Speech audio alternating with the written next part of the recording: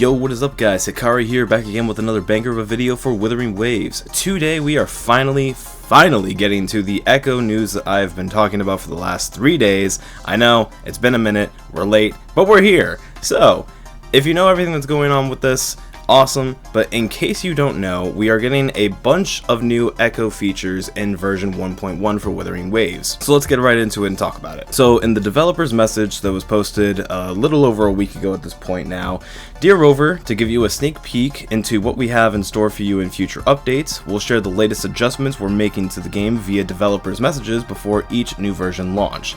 We'll also use these messages to address common issues with the current version and share details on related optimizations and adjustments. Wuthering Waves version 1.1 Thaw of Eons is right around the corner.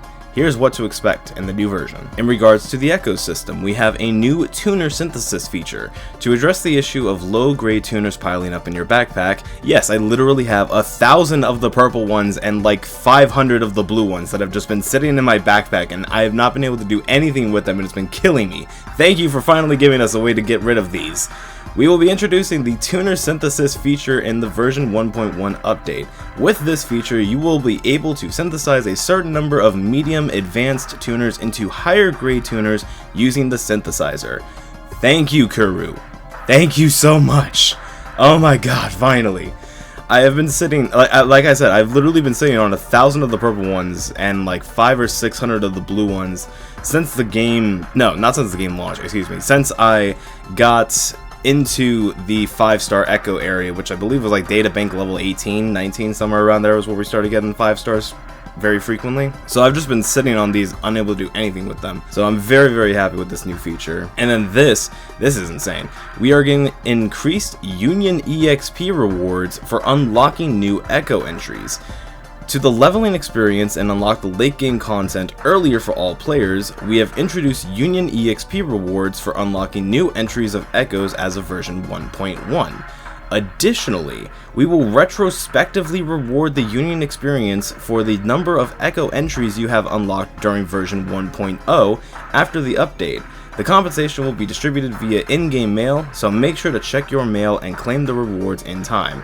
No, seriously, guys, this is insane amounts of Union EXP, especially if you're someone like me who already completed the entire Echo decks. Like, I am very curious how much Union EXP we're gonna get for someone who, you know, has completed maybe like half of all the Echoes, like got half of all of them, compared to, like, you know, me who's gotten all the Echoes and all the rarities.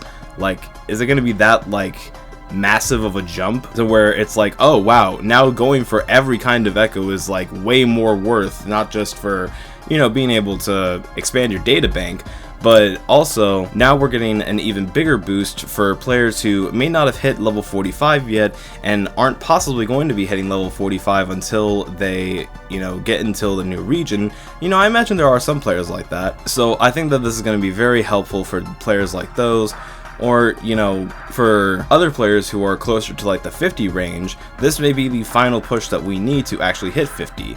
So I'm actually very excited about that because I'm like 47.5 right now in terms of level. But besides all of that, we are also having a higher cost range for Echoes rewarded for activity points relating to the dailies. So we've heard your feedback about the high variability in the cost range of Echo rewarded by gaining required activity points in the guidebook.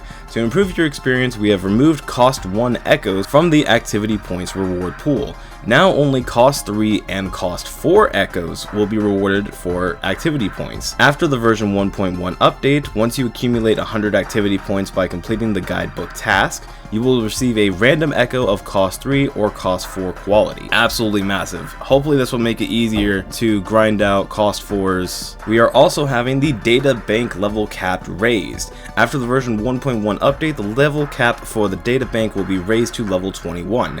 After reaching level 21, all Echoes dropped will be guaranteed to be of 5-star rarity.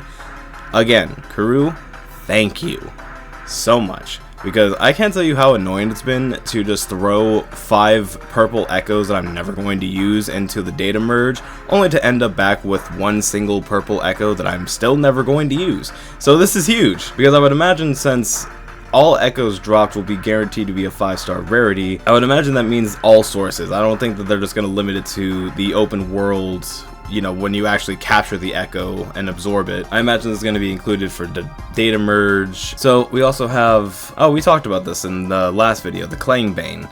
So basically, if you didn't see my last video, you just turn yourself into this cute little ice block thing, and you throw yourself into ice walls to break down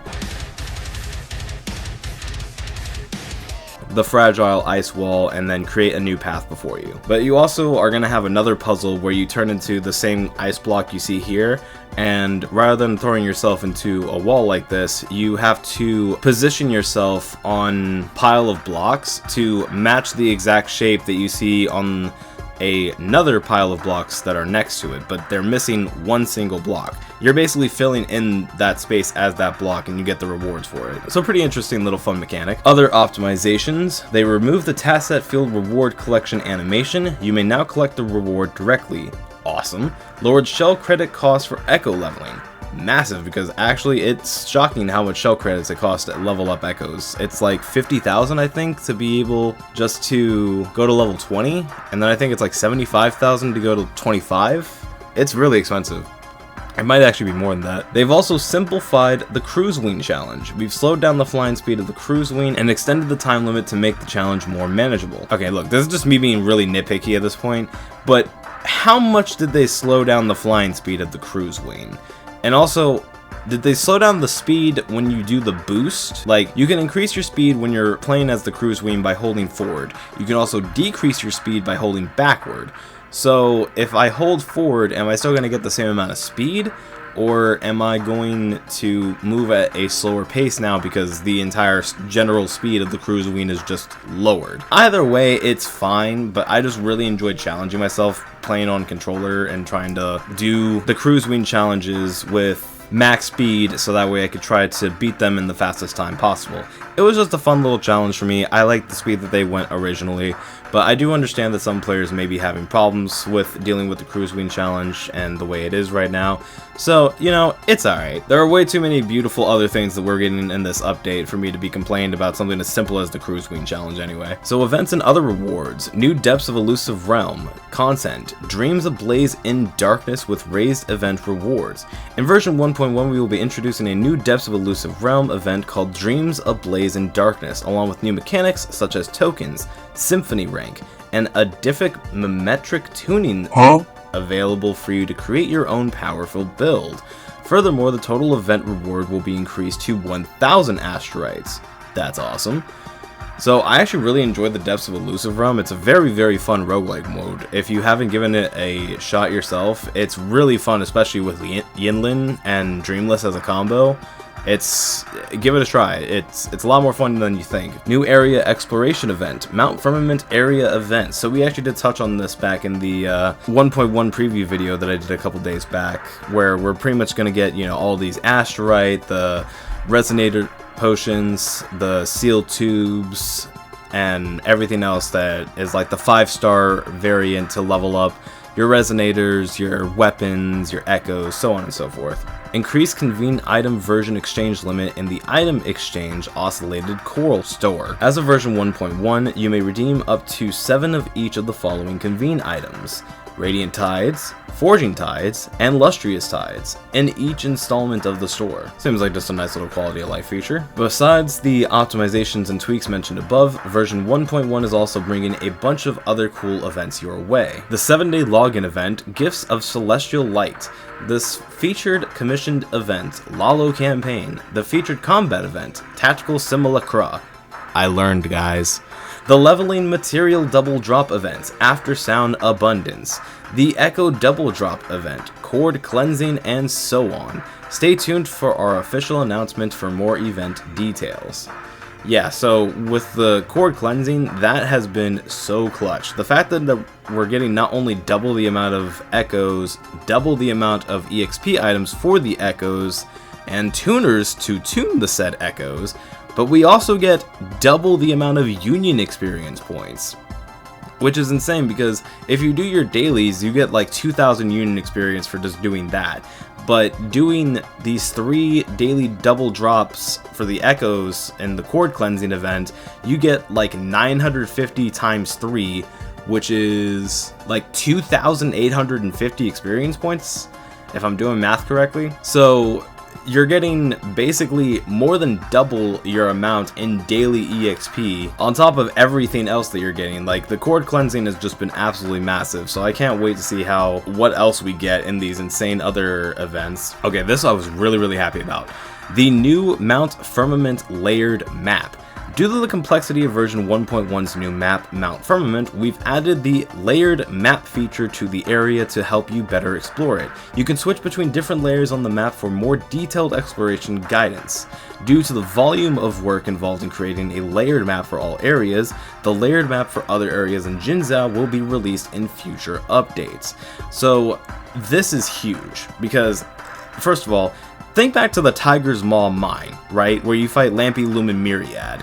That is one of like the biggest areas of verticality in all of Jinhzou, and it is so hard trying to find anything in there on a map, especially if you're like me where you were hunting for the Lampy Lumen crystals for like 3 fucking days because you were trying so hard to get the 4-star Broadblade from the one dude that you trade the Lampy Lumens into, or whatever 4-star weapon you were trying to get out of him, because it's literally like a crate that you get that lets you choose a 4-star weapon. It was so hard trying to figure out where the Lampy Lumens were because that map is just a vertical wall, literally, like a cylindrical wall. There we go. So the fact that they're adding layered map to Jinhzou, as well as giving us a layered map for the new region, is so nice of them. Thank you, Kuru. I appreciate this so much. Like, this is gonna make exploration so much easier on my part. New area quest progress. After the version 1.1 update, you will be able to track your progress on exploration quest for the current area via map. Exploration progress. Another really nice quality of life feature. Appreciate it. Expanded detection range for loot mapper. Okay, yo. Guys, if y'all don't use the loot mapper, it is actually kinda cracked. Because not only will it show you where there are like hidden treasure chests, but it shows you where there are like other resources, and the fact that they're expanding the detection range for this entire loot mapper is massive. Because it does kind of suck that we only have 3, and I did kind of hate having to figure out like how to move myself on the map to be able to like get the loot mapper to show where everything was. Yeah, I know I could have been using an interactive map online, but I really wanted to test to see how actually useful the loot mapper was. And that was really my only problem, was that it needed to be bigger. There needed to be a wider range of area that was covered by it. So the fact that they are adding this is, again, massive. Love this. Quest and Gallery System. New Resonator Gallery feature. After the version 1.1 update, you can check all the resonators you have unlocked and their unlocked time in Gallery Crossing Stars.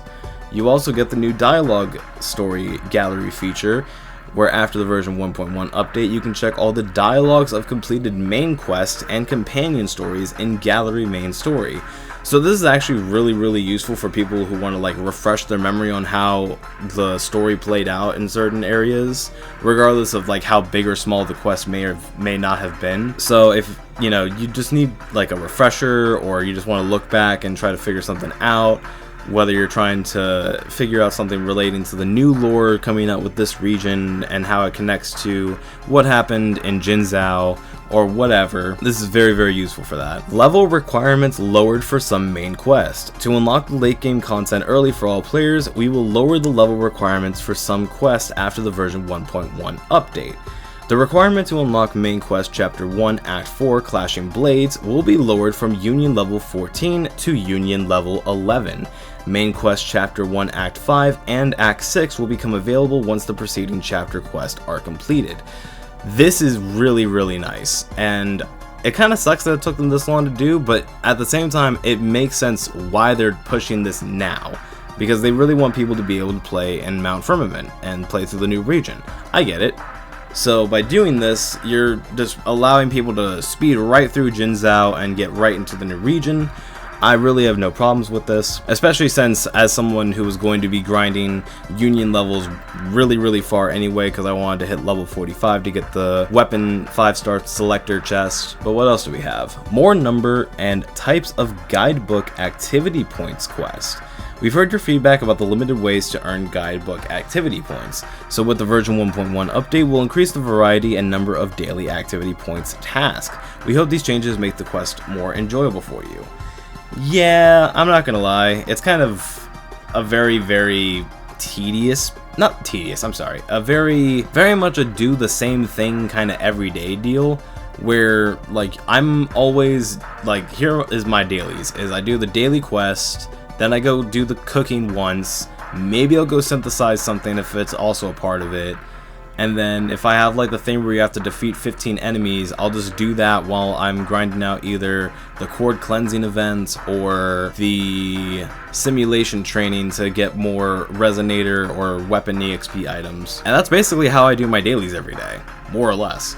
So the fact that we're getting more ways to complete dailies, maybe an even faster way to complete dailies, this is a really nice thing. Other experience optimizations, new combat style tags. With the version 1.1 update, we're introducing combat style tags to categorize the combat mechanics of different resonators.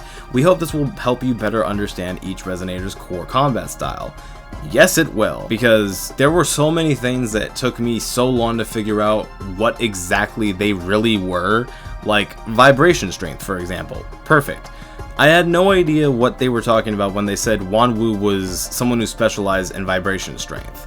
So let me just break it down real quick. Vibration strength is referring to that white bar that's underneath the actual health bar of a cost 3 or a cost 4 echo. You'll immediately recognize it because when you break the white bar, it'll turn gold and you'll be able to go in and hit the echo for a ton of damage while they're in a stunned state. So vibration strength basically refers to how much damage you have to deal to that white bar to break it. So if you can lower vibration strength, that means that you are breaking that bar faster. Now granted, Wanwu only deletes the bar by about 10% faster, but it's still something. So I very much appreciate them taking the time to really try to break down how each of these mechanics work, because first of all, I just have no idea what traction or deceleration is. So I'm very curious to read what they mean by those two things, unless you guys know what that is already, in which case, please let me know in the comments. I've not heard these terms used in the combat yet, so. Alright, wrapping things up, we have a new chat style system, where to make the chat system easier to use during gameplay, the chat box will be displayed at half screen height during the version 1.1 update. We also get controller mode interaction optimizations, where we add a new camera adjustment setting for the controller mode. You can now invert the horizontal and vertical camera controls under settings controls. I don't really care for inverted camera controls, but for those who do, awesome. This is what I really cared about. Change the controller mode shortcut key. Open chat is now open map. Round of applause. Kuru Games, everybody. They're my GOAT. That's my GOAT right there. Enabled key remapping for certain buttons on PlayStation controllers, making it consistent with the remapping options available for Xbox controllers. Very good. Everyone, regardless of what controller you use, you should be able to have remapping options. So it's very good that they're adding this. But yeah, that's basically going to be the video here. Thank you all so much for watching. We have so many awesome new things coming in version 1.1. So many new quality of life features, so many new gameplay mechanics. I'm so excited to get into this new region. If everyone could do me a massive favor and like, comment, and subscribe to the channel, I would greatly appreciate you. It helps the channel grow, and I really want to do big and awesome things on this channel, so please stick around. Thank you all. Have a beautiful day. Take care.